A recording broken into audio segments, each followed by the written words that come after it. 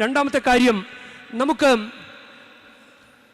ചില ധിക്കാരം നിറഞ്ഞ വർത്തമാനങ്ങൾ, അത് വിവേകരഹിതരായ കന്യകളിലെ വിവേകമതികൾ, വെറുതെ ഒന്ന് ചിന്തിച്ചേ, വിവേകമതികൾ കൂടെ എണ്ണ എടുത്തു, എണ്ണ കൂടെ കൊണ്ടുപോയി.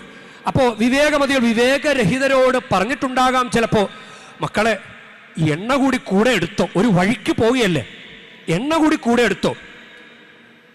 ചിലപ്പോൾ അവരൊന്നും മിണ്ടിക്കാണുകയില്ല, ചിലപ്പോൾ അവർ പറഞ്ഞു കാണും, ഓ പിന്നെ ഞങ്ങൾക്ക് അതൊന്നും ചുമന്നുകൊണ്ട് നടക്കാൻ പറ്റുകയല്ല, ഞങ്ങൾക്ക് കുറച്ച് ഈസി ആയിട്ടൊക്കെ നടക്കണം, ഒരു ബാഗ് ചുമന്നുകൊണ്ട് നടക്കാൻ അത്ര എളുപ്പമല്ല അല്ലെ. മുതുകത്ത് ഞാനിങ്ങനെ കണ്ടിട്ടുണ്ട്, മുട്ടിന് നിരങ്ങുന്നവർ മുതുകത്ത് ബാഗും തൂക്കിക്കൊണ്ട്, കാരണം അവിടെ എവിടെയെങ്കിലും സേഫായിട്ട് വെക്കാൻ ഒരു വഴി കാണാത്തത് കൊണ്ടാകാം. ചിലപ്പോൾ അതിനിടയ്ക്ക് 2 മണിക്കൂർ 1.5 മണിക്കൂറൊക്കെ നീളുന്ന മുട്ടുനിരങ്ങ് പ്രാർത്ഥനയിൽ അവർക്ക് ചിലപ്പോൾ വെള്ളം കുടിക്കാൻ തോന്നിയാൽ അതുകൊണ്ടായിരിക്കാം അവർ സഞ്ചി കൂടെ എടുക്കുന്നത്.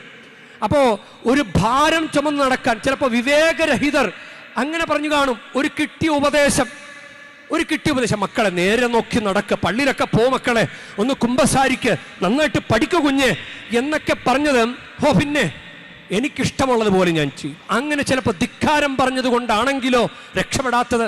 ആ ധിക്കാരത്തിൽ എളിമയില്ലല്ലോ, ധിക്കാരത്തിൽ അഹങ്കാരമല്ലേ.